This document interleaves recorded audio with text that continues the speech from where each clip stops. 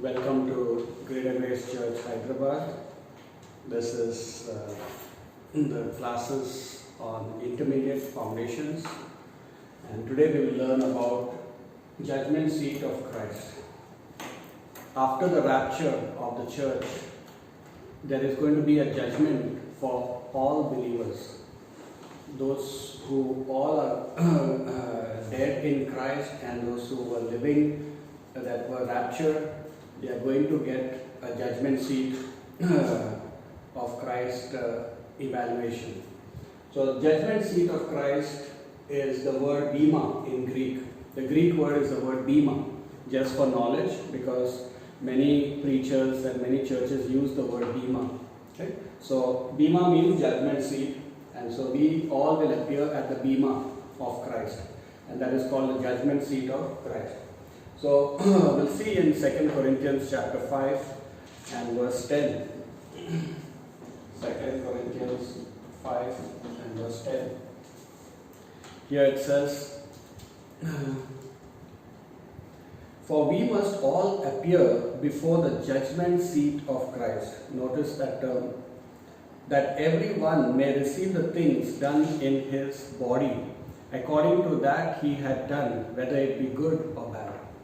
So every believer will appear, all of us must appear, Paul is saying, at the judgment of seat of Christ, and so that we will receive some kind of evaluation, and the things that we have done good and the things that we have done bad, everything will be revealed there in heaven. Okay? And so then we'll see also 1 Corinthians chapter 3 verse 11. 1 Corinthians chapter 3 verse 11. 1 Corinthians chapter 3 verses 11 to 15. And here it says, "For other foundation can no man lay than that is laid, which is Jesus Christ. Now if any man build upon this foundation gold, silver, precious stones, wood, hay, stubble, every man's work shall be made manifest, for the day shall declare it." The day, which day? The judgment seat day of Christ. Declare it, because it shall be revealed by fire. It shall be revealed by fire. Note that term, fire. "And the fire shall try every man's work of what sort it is." Think, it shall be revealed by fire, and the fire will reveal what kind of work you have done, good or bad. "If any man's work abide, which he hath built thereon, he shall receive a reward. If any man's work shall be burned, he shall suffer loss, but he himself shall be saved, yet so as by fire." So he's saying that there will be a fire in heaven, and that fire will test the believer's works, good or bad. If the works are good, the fire will not burn that work. But if the works are bad, the fire will burn that works. Okay? So here we'll see also Matthew chapter 3 and verse 11. Matthew chapter 3 and verse 11. Matthew 3 and verse 11. Here it says, "I indeed baptize you with water unto repentance, but he that cometh after me is mightier than I, whose shoes I am not worthy to bear. He shall baptize you with the Holy Ghost and with fire." He shall baptize you with fire also, is said. Okay? So what is the judgment seat? What is the judgment seat? The judgment seat of Christ. What is the judgment seat of? It is the judgment. It is the judgment of believers for their works done for Christ on earth. So it is a judgment for all believers for whatever work you have done for Christ on the earth. Okay? And so and we will be judged for our service and not sins. We will not be judged for our sins. So don't worry, your sins will not be exposed. People are scared and Jesus will tell all my sins to people. No, your sins are already forgiven and forgotten because of the finished work of Christ at Calvary. Your sins have already been judged. But now your works, after you are saved, you have to serve God. God has kept you on the earth to save souls and to serve Him, right? In some measure, whatever gift you have to serve Him. And so we will be judged for our service and not for our sins. Remember that. So all your works, not your sins. Because 1 Corinthians chapter 3 says, whatever works are done, that will be revealed. What sort of work you have done, right? That will be revealed. So this is the judgment seat of Christ. And I just want to draw a picture of what is going to happen. Now suppose here there is fire.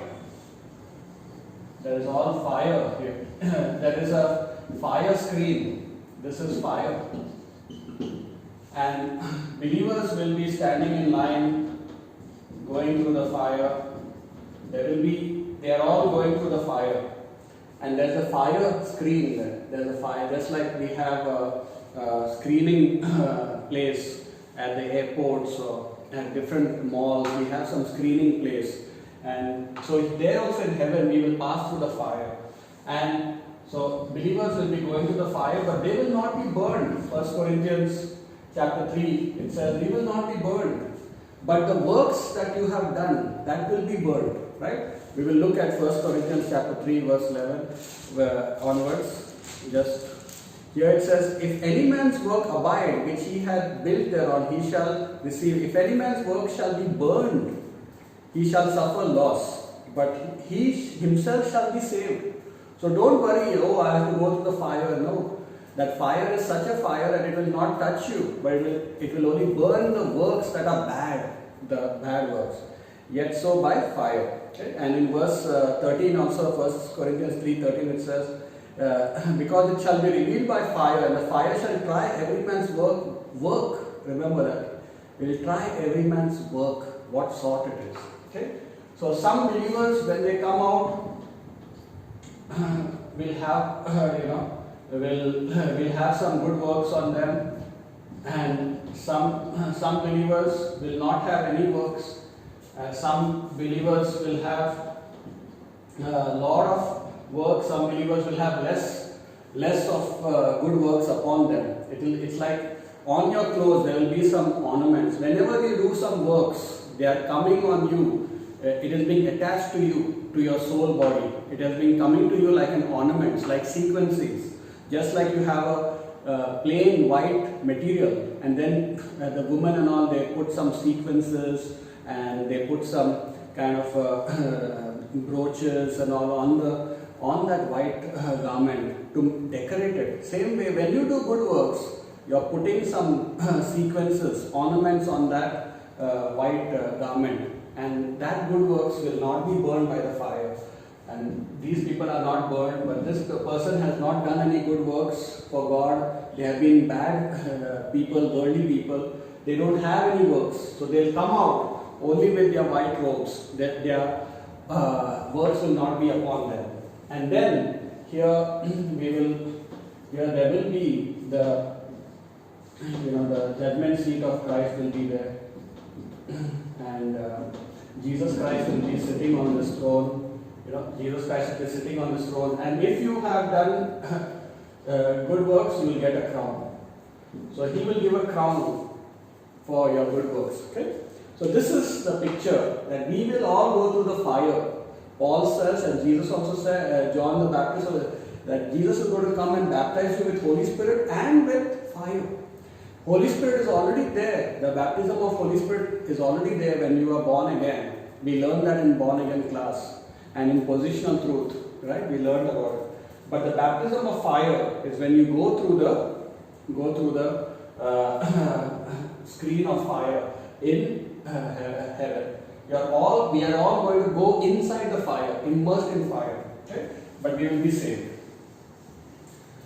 So now we will see also what are the things that will remain and what are the things that will be burned.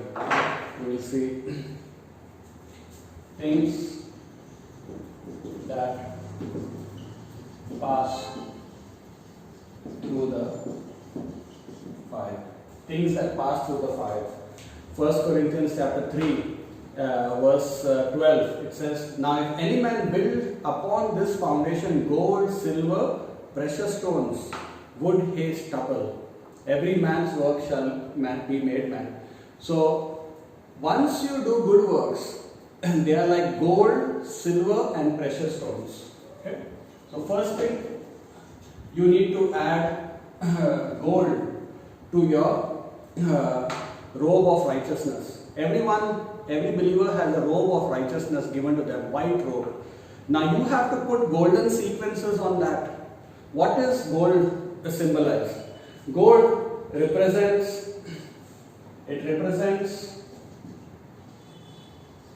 divine character. Gold represents divine character. Okay? From the word gold, you get the word God also. Okay? So it represents divine character. In the tabernacle in the Old Testament, many things were there that was made out of gold. And especially the Ark of Covenant was made out of gold. It was overlaid with gold, and God was there in the tabernacle. It was a house of gold. So gold speaks about the character of God. So what it means to put gold sequences on your robe of righteousness, it means that you are functioning in God's character and God's attribute in your life as God is revealing to you. God will tell you to be wise, you have to be wise. God will tell you to be merciful, you have to be merciful. God will tell you to be gracious, you have to be good. God will tell you to separate from some people, you have to be separated. God will tell you to sanctify your heart of all lustful patterns and love for fleshly desires. You have to sanctify your heart because God is a holy God, right? So that is living in holiness. So inward holiness, outward holiness. So everything, there are many attributes of God. So how you are applying the attribute of God in your life? If you are living a carnal life, foolish life, stubborn life, and a wayward life, you are not going to get gold sequences, golden ornaments upon your robe. Okay? So live in God's character. Secondly, silver. Silver represents the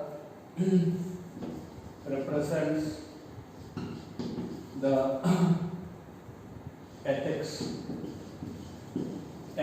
of Calvary. Ethics of Calvary or the cross. Another word is the cross. So Jesus Christ was sold and crucified for 30 pieces of silver, right? So silver relates to the cross. Silver, it's connected with the cross and the things related to his crucifixion. So same way, when you also live by picking up your cross and the ethics of the cross, then you are adding silver jewelry or silver sequences to your robe of righteousness. The Holy Spirit is adding it to you. What are some of the ethics of the cross? The ethics of the cross is getting rid of your self-will. Not my will, but thy will be done. Doing the Father's will is the ethics of the cross. Ethics means the way of living your life righteously. There are some right things you need to live by the cross. Another way of living by picking up your cross is to do the will of God on your own without wanting anyone's help. Jesus Christ also did the will of God on his own. He did not want, hey, you follow me, and Father, if this person, John comes with me or Peter comes with me, then I'll go. Like Moses said, if Aaron comes and I cannot do alone. And so you have to have a personal walk with God on your own, even if your parents or loved ones are not there. That's the ethic of the cross, and living a life of fellowship with God daily by disciplining your body and living in godliness. That's an ethic of the cross. You're picking up the cross, crucifying your fleshly desires and need. Okay? So add all these things. One of the ethics of the cross is forgiving people who have hurt you, forgiving them immediately, not delaying. You forgive them and forgive them every time, 70 times 7 in a day also, right? If they come and say sorry or not, you have forgiven them in your heart because you have inward love for them. You have forgiven them, right?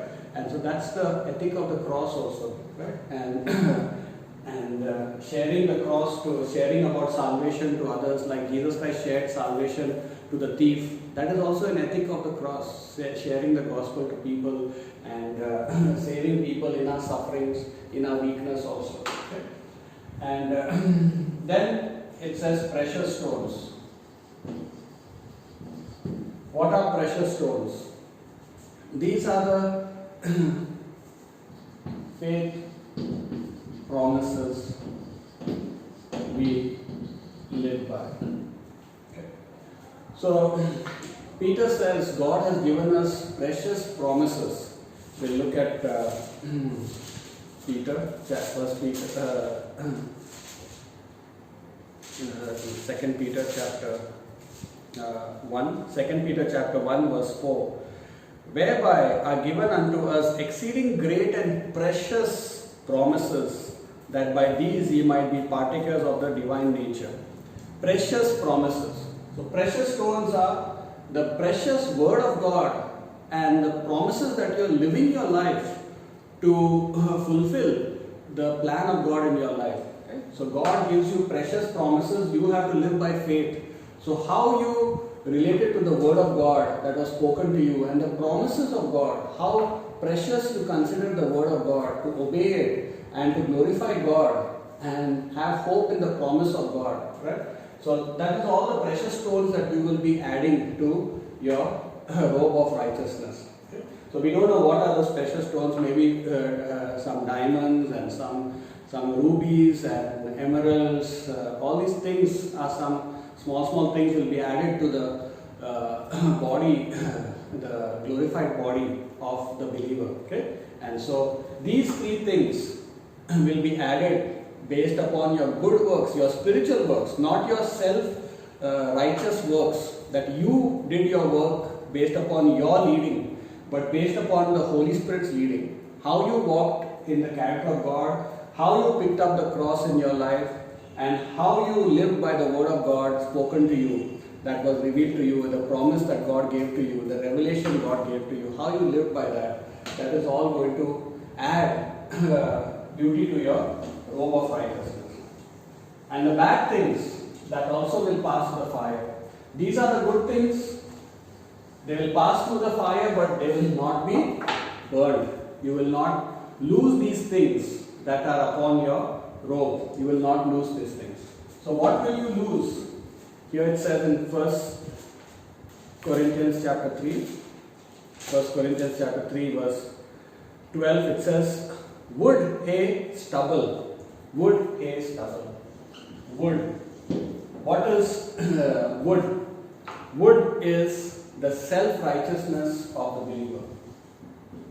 Self-righteousness that you are living. You are leading your life based upon your thinking and your way of doing good before God. Okay? Wood, there are many wonderful wood items and all. Furniture is made out of teak wood, mahogany, and wonderful looking designs. But wood will be burned by the fire. It's not a metal. It will burn, even though it is wonderful outwardly. All your good works that you think are good based upon self-righteousness, they are like filthy rags. They are going to be burned. Okay? So you may do wonderful good works, but it's not going to count in heaven. Okay? So you may become a missionary also in the place that you want to be a missionary, not where God wants you to be a missionary. So that is wrong. You may choose to do great charity works for poor people, NGOs, and though you're a believer, but that God will say, I never told you to do those things. And you may say, God, I did so many things, but it was based upon your self-righteousness, what you thought is right. And then, hay. We know what is hay. Hay is the dried grass and all that animals they eat. And so this is the energy of the flesh or emotions. Wood takes a lot of time to be burned, but hay burns very quickly. So same way, when we live an emotional life in a fleshly life, for some time we are excited. Wow, what a wonderful message, what a wonderful conference, what a wonderful nugget I got from the Bible. But we are not practicing it in the time of our trials and in a continuous way. We are not practicing it. Just for a little while we practice and then we are doing all fleshly things. We just get excited and we say many great statements, spiritual statements, but it's all the energy of the flesh. It's just for a little while, temporal. We are living in temporal value system, not in eternal value system. Okay? And then stubble.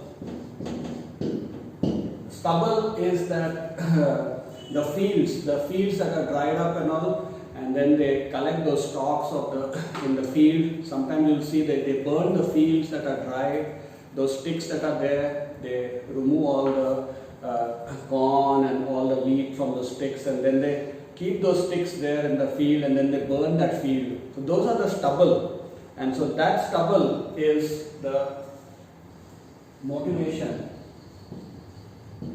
of worldly things. All those dead things we are collecting, some small sticks here and there, and we collect many things to motivate us. And so we are adding this stubble to our robe of righteousness, which will be burned. Sometimes we pick up video games. We are so motivated to play video games. We are so motivated for sports. We are so motivated for online shopping, and we collect a lot of clothes and shoes and watches, and we are just collecting here and there items. And they are all dead things. They don't have any life in them. They are all dead things.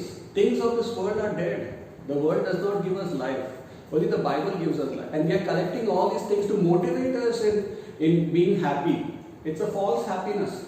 And so that is all stubble. So these three things, your self-righteous ways of living, you're not doing God's will correctly. And though you're thinking you're doing God's will, but you're not doing it, it's all good. And you're living in your flesh for temporal happiness, and by collecting all worldly things to motivate you, but it all be burned, Paul is saying. Okay? So the fire will burn all these things, and we will suffer loss if we have been living in any of these kind of things. And now we will see what are the believer's rewards. The rewards for the believer. The rewards for the believer. The crown that you will get if you have been building upon gold, silver, precious stones, then you will get a crown.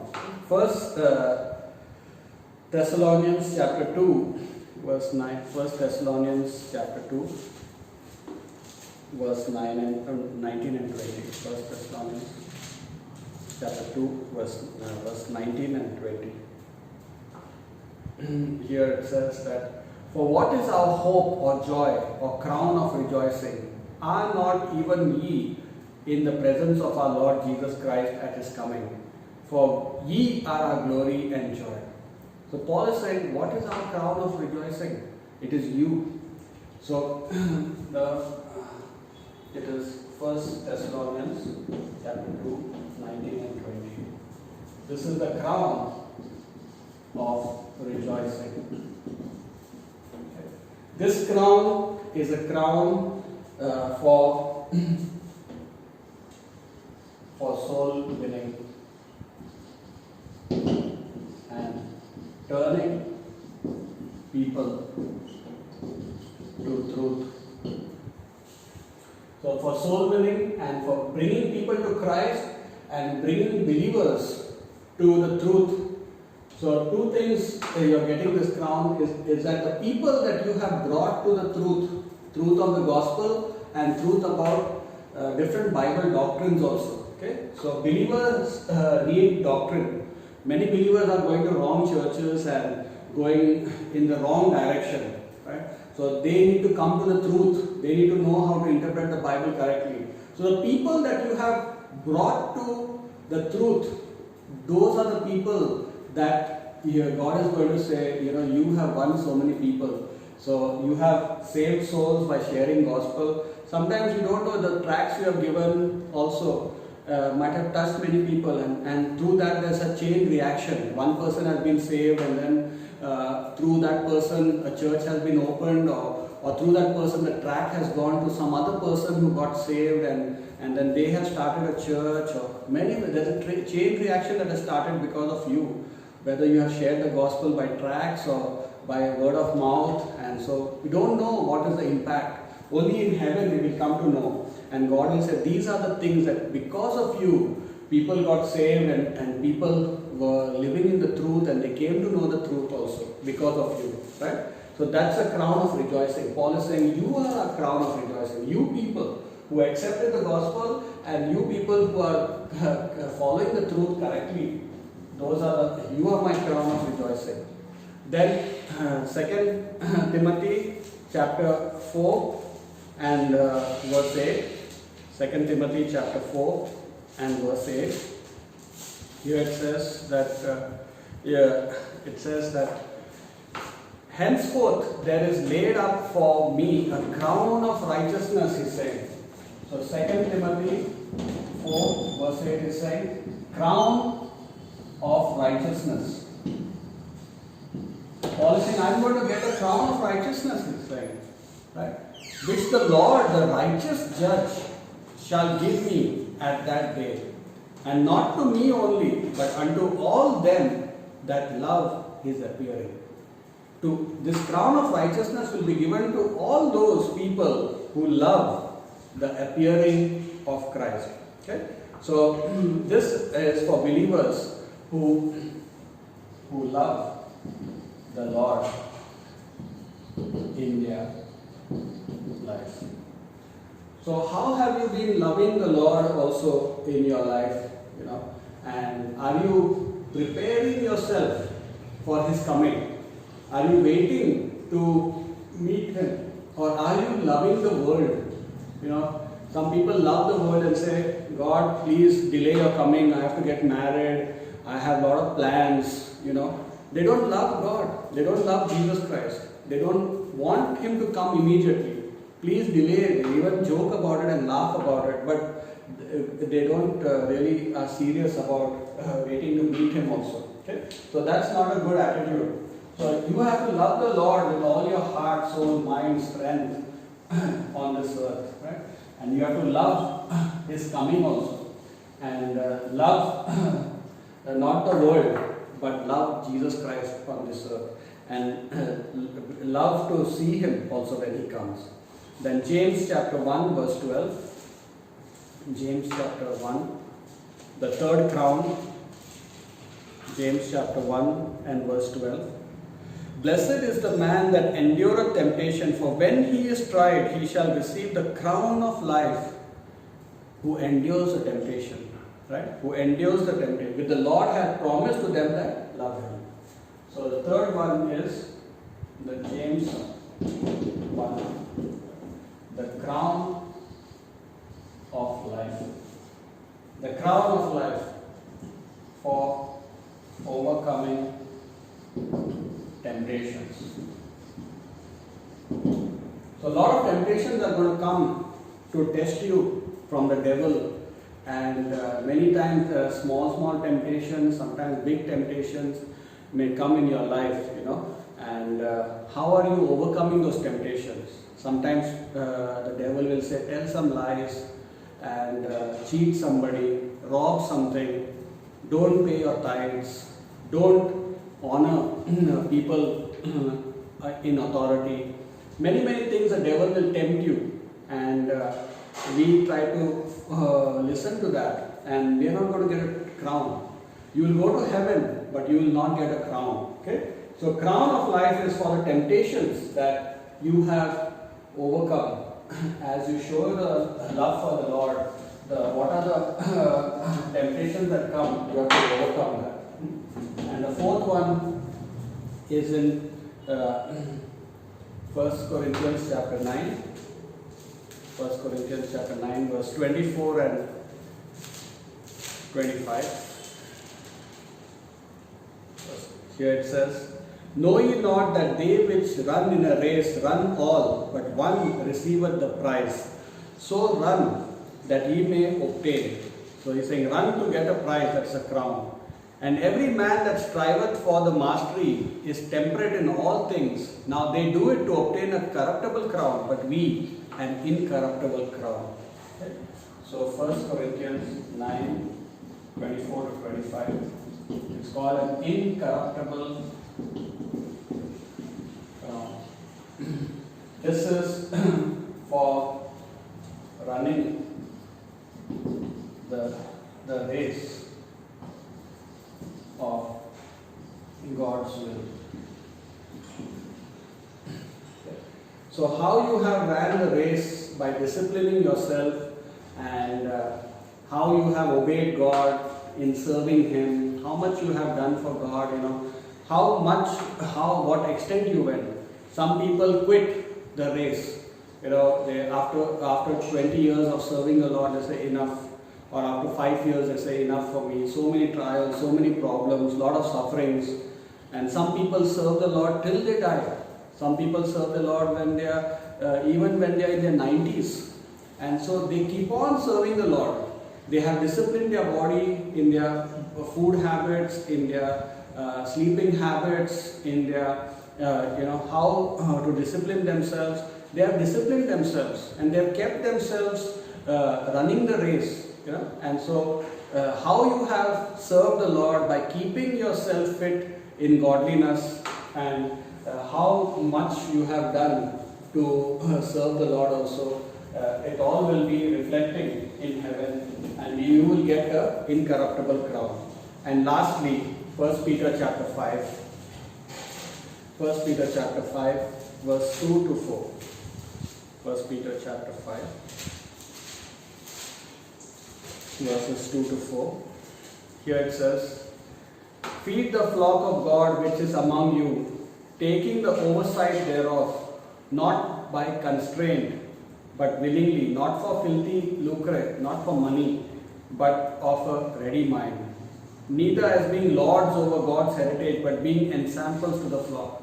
Peter says, feed the flock of God, okay, by being an example to them also. "And when the chief shepherd shall appear, he shall receive a crown of glory that fadeth not away." So 1 Peter chapter 5, 2 to 4 talks about the crown of glory. Crown of glory for feeding the flock. For feeding the flock of God. How you have been a leader to God's people. How you have been a leader, right? And so you can be a woman's leader, you can have a woman's ministry, you are responsible to feed the woman. You can. There is many leaders. You can be a worship leader. How well you have trained the worship team, how many people you taught instruments, and because of you, the worship has gone to another level, because you have been feeding the church with wonderful songs also, and God is going to reward you for being a great leader. And how well you have translated, if you are a translator, how well you have preached, if you are a preacher or a pastor or a teacher of the Bible, how much you have encouraged the weak believers to become mature and strong in the truths and in the faith, how you have taught the people. You are going to get a crown of glory. Okay? So you have some people under you, and some people God will bring for you to feed them, and you have to be not only for pastors, you can be a leader in the church in different category. You can ask God to give you some people you can teach and you can mature them. So these are the different crowns in the Bible, 5 important crowns. There could be other crowns also, and you can search the Bible and find it. But these are the 5 important crowns in the Bible. Okay, and so hope you have understood that. And we'll see lastly what do we do with these crowns also in Revelation chapter 4 and verse 10. Revelation 4 and verse 10. Here it says, "The 24 elders fall down before him that sat on the throne and worship him that liveth forever and ever, and cast their crowns before the throne, saying, Thou art worthy, O Lord." So they cast their crowns at the feet of Jesus. So once you go to heaven, God will give you that crown. But that crown is only because God is working in you, Christ is working in you. And you're saying, God, you gave me a crown, but it was actually you who were working in me. And it was your grace that worked in my life. I am not worthy, thou art worthy. And we'll place that crown at the feet of Jesus. No doubt he will give it back to you. But we are showing to him that it's not us, it is you who gave us the crown. And it is not by my merit and my strength, and it's not by my might, but by the Spirit of the Lord. Right? So once you go to heaven, will you get a crown? And will you have a crown to place at the feet of Jesus? Right?